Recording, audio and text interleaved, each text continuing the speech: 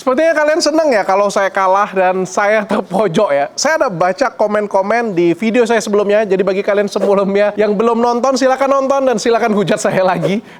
Karena saya jarang-jarang banget dihujat. Jadi saya nonton ya, kayak senang banget saya kalah. Padahal sebenarnya nggak ada yang kalah, nggak ada yang menang ya. Namanya belajar ya. Belajar itu nggak ada yang kalah, nggak ada yang menang ya sebenarnya ya. Dan ini adalah cara saya belajar ya. Cara kita belajar tuh beda-beda. Dan kalau sekalian bilang, wah kenapa sih nggak didengarkan aja? Ya karena ini bukan podcast pada umumnya. Ini adalah dialog terbuka. Ini adalah suatu belajar dari pendapat yang benar-benar terbuka. Jadi kita adu pendapat supaya kita bisa sama-sama belajar. Saya bisa. Saya benar-benar bisa. Seperti yang kalian inginkan. Belajar itu seperti bertanya, terus mendengarkan semua jawaban dia. Entah mau masuk, enggak di telinga saya. Pokoknya saya dengerin aja semuanya ya. Bisa. Buktinya pada waktu konten saya dengan Ustadz Faizar, pertemuan pertama, saya bisa melakukan itu. Ya kalian boleh nonton lagi ya. Saya mendengarkan dengan seksama. Waktu dengan Ustadz Dery juga seperti itu. Tapi ini konteksnya benar-benar berbeda. Ini konteksnya adalah adu pendapat di mana kita tuh benar-benar belajar, tapi belajarnya itu sesi belajarnya itu dari segi pendapat. Atau kalau saya bilang ya, ini saya pengen mencerahkan orang-orang seperti saya. Kalian jangan berpikir saya nggak sependapat dengan narasumber saya nggak sependapat dengan ustadz-ustadz di depan saya. Kadang saya sependapat, tapi saya tetap kontra. Kenapa? Karena memang teknis edukasinya memang seperti itu. Dan yang pengen saya edukasi itu adalah orang-orang yang seperti saya atau orang-orang yang cara berpikir itu seperti saya. Saya nggak butuh orang-orang yang nonton, yang sudah ngerti. Ini kan banyak yang komen di sini ya. Dr. Richard itu kayak nggak bisa mengerti, nggak mau mengerti, dan lain sebagainya. Ya mungkin orang tersebut sudah mengerti, sudah paham, sudah pintar. Lu ngapain nonton di video gue? Saya itu pengen ngasih edukasi untuk orang-orang yang seperti saya.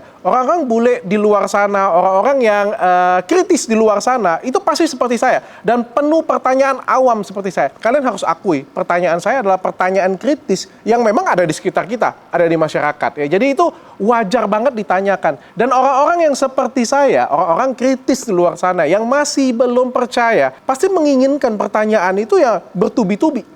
Ya, karena ada jawaban mempertanyakan. Dan saya pikir posisi saya kemarin itu sudah amat sangat tepat ya. Jadi bagi kalian semua ya, jangan berpikir, wah Dr. Richard itu ngeyel, Dr. Richard itu nggak setuju dengan semua yang Ustadz sampaikan. Di dalam lubuk hati saya, ada beberapa hal yang sampai detik ini, saya tetap setuju, tapi tetap sengaja saya kontra pada video tersebut, agar bisa mendapatkan jawaban yang bagus. Saya seneng banget dengan Ustadz Faizar dan Dr. Sagiran sebenarnya yang berkali-kali mau ketemu dengan saya. Saya heran ya. Mereka saja, Ustadz Faizar aja tuh semangat banget ngajarin saya loh. Kok kalian tuh kalian yang ngeyel sih menurut saya. Saya tuh pengen belajar dan dia tuh semangat banget untuk ngajarin saya. Ya saya tuh seneng banget. Padahal kan pertanyaan saya kan kritis. Mungkin kalian melihatnya pertanyaan-pertanyaan kritis saya itu kan kayak mengganggu pikiran Ustadz Faizar ya. Sebenarnya beberapa orang yang memang punya ilmu dan punya hati yang tulus, itu seneng banget dengan pertanyaan tersebut. Contohnya saya ya, ketika saya bawain tentang skincare abal-abal, saya edukasi tentang skincare abal-abal, saya pengen banget sebenarnya ada orang yang bertanya dengan saya, Dok, jangan-jangan kamu ini pengen naikin diri kamu sendiri aja ya bawa kayak gini punya. Atau Dok, jangan-jangan kamu ini marketing terselubung ya. Saya seneng banget ditanya seperti itu. Kenapa? Saya pengen jawab. Masalahnya nggak ada pula yang tanya. Setiap kali saya podcast tuh kayak mereka tuh sungkan, segan bertanya seperti itu dengan saya. Padahal dalam pikirannya ada pertanyaan seperti itu ya. Padahal saya sangat bisa jawab. Kalau menurut saya ya wajar. Kalau ada yang ngomong, dokter ini iri ya cuma ya. Memang saya iri. Di mana-mana ya bikin skincare memang harus BPOM. Kalau kita BPOM, orang lain kagak BPOM ya kita iri. Ya, kayak. Saya punya semua jawabannya. Kenapa? Karena saya mereview itu dengan ketulusan hati saya. Ya tidak ada maksud lain. Nah, begitu juga dengan kalau misalnya seorang ustadz atau guru-guru di luar sana, itu pasti seneng banget dapat pertanyaan-pertanyaan yang kritis, pertanyaan-pertanyaan sulit, kalau dia tidak berbohong dan kalau dengan ketulusan hatinya. Dan saya kagum banget dengan Pak Ustadz Faizar yang semangat banget ngajarin saya, ya semangat banget dan sabar banget ngebimbing saya, ya sabar banget mendengar pertanyaan saya dan beliau menjawab, bahkan beliau sendiri lah yang kontak saya, kapan kita collab lagi, kayak gitu ya. Jadi kalian jangan baperan ya. Dan pertanyaan-pertanyaan seperti yang saya lontarkan itu sebenarnya bisa jadi pembangun ya, suatu ilmu pengetahuan yang bisa merubah beberapa mindset orang yang seperti saya, yang masih belajar seperti saya. Bagi yang pintar nyingkir aja deh kalau bagian sudah pintar ya. Jadi ini adalah definisi orang yang punya ilmu yang sebenarnya sih menurut saya. Sebenarnya tujuan besar dari video saya itu adalah, saya bisa ya dalam video tersebut saya bilang, oh iya, saya percaya banget Pak Ustadz, saya percaya banget, wah ini benar nih seperti ini punya. Saya bisa seperti itu.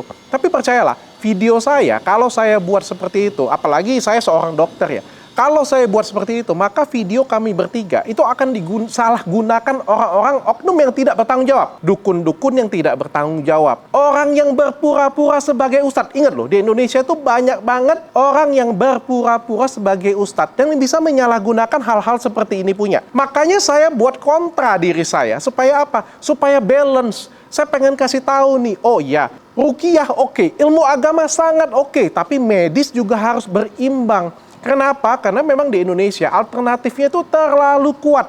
Suka atau tidak suka, kalian harus akui ini.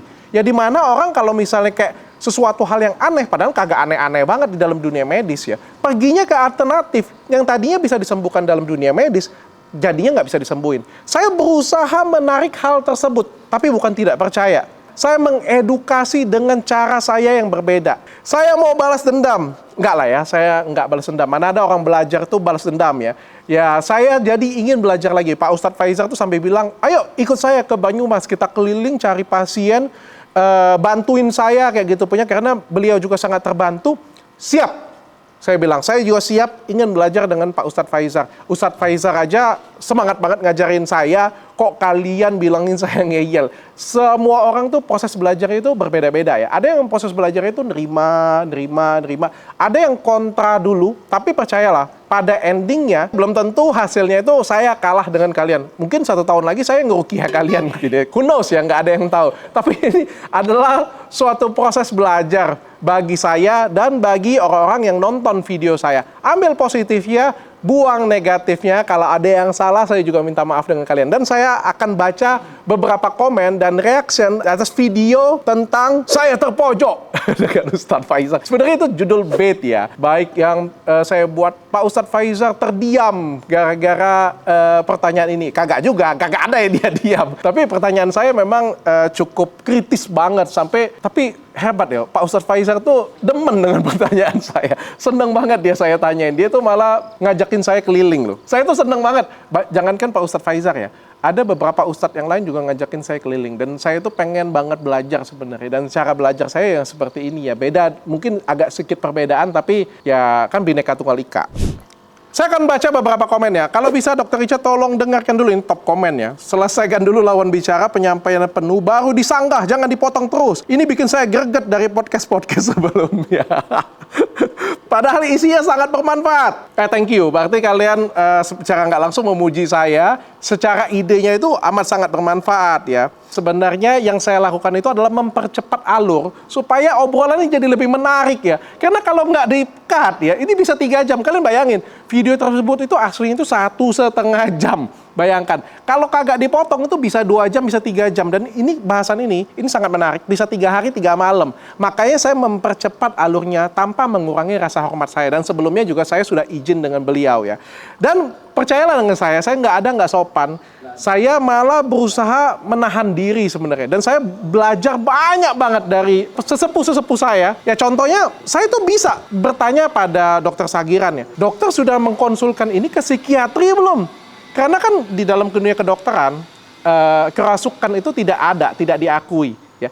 Biasanya kerasukan itu kebawa ke dokter spesialis jiwa. Sudah dikonsulkan belum? Tapi saya nggak bertanya kan. Karena dalam hati saya menyingkirkan hal tersebut. Udahlah, kita diskusi aja, saya oke. Saya menganggap ini non-medis. Ya, sehingga saya maju terus. Ya. Jadi sebenarnya saya sangat menghargai banget beliau ya.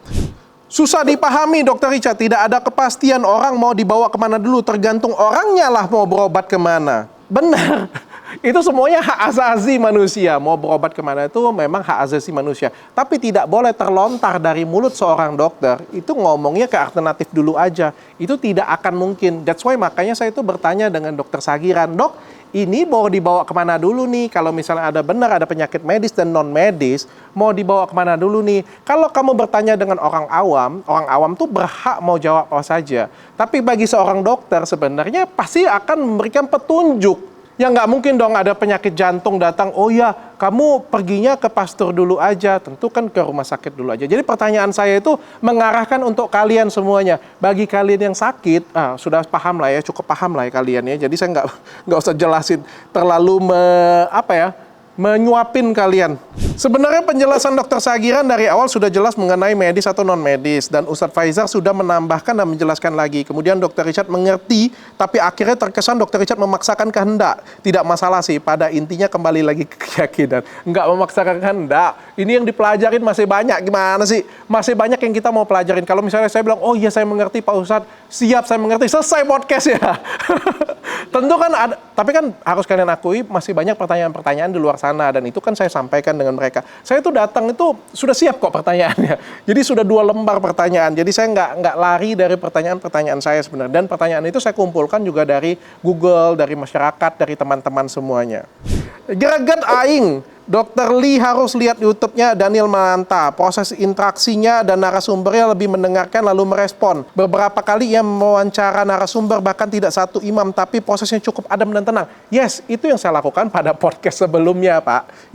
Ibu ya, Fitriani Pipit ya. Pada podcast saya pertama kali ketemu dengan Ustadz Faizar kan seperti itu memang gayanya. Jadi ini cara edukasinya yang berbeda. Waktu saya dengan Ustadz Dery juga kan seperti itu memang gayanya ya. Gaya yang berbeda, dan saya sangat berhati-hati sekali kok dalam mengutarakan pendapat saya dengan kedua orang yang saya kagumin tersebut ya. Jadi jangan khawatir kalian.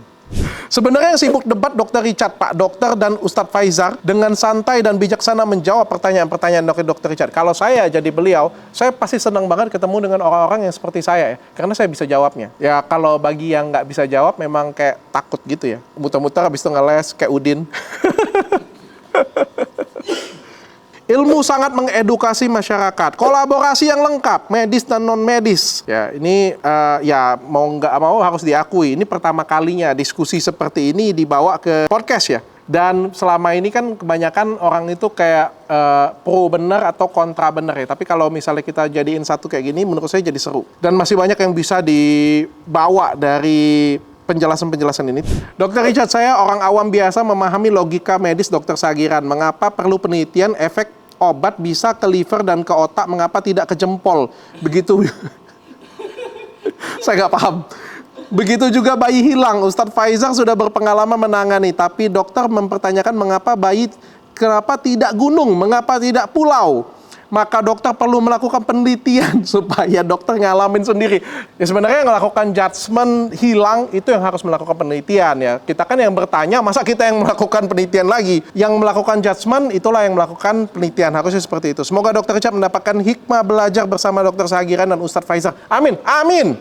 Podcast yang mantul, barakallah Dr. Sagiran dan Ustadz Faizar. Semoga Dr. Richard dapat hidayah, amin, amin. Muncul terus dok edukasi-edukasi seperti ini supaya masyarakat makin paham. Good, akan saya terus lakukan edukasi bermanfaat seperti ini dengan cara saya ya, dengan cara saya. Baru kali ini otak saya setuju ke 2 sisi yang berbeda. Kok saya bingung kenapa seperti ini otak saya.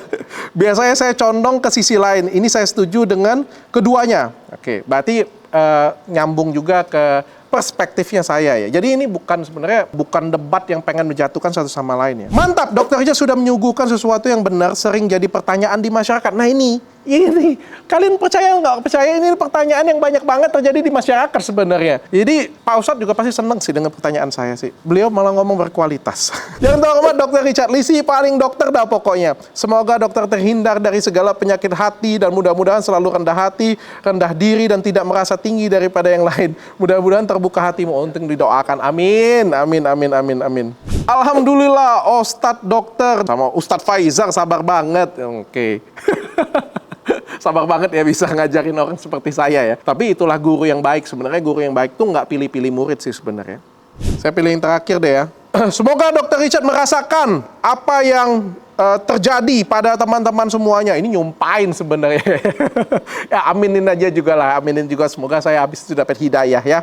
Ya jadi sebenarnya banyak banget, dalam banget pengetahuan yang bisa kita dapetin dari video-video saya. Ya saya berharap video-video saya itu bermanfaat bagi banyak orang. Dan kalian jangan baperan karena saya dan Ustadz Faizar dan Dr. Sagiran itu baik-baik saja. Malah kita berteman sangat akrab, chatting-chattingan. Dan pengen ketemu lagi, pengen belajar lagi, tetap semangat untuk belajar. Bye.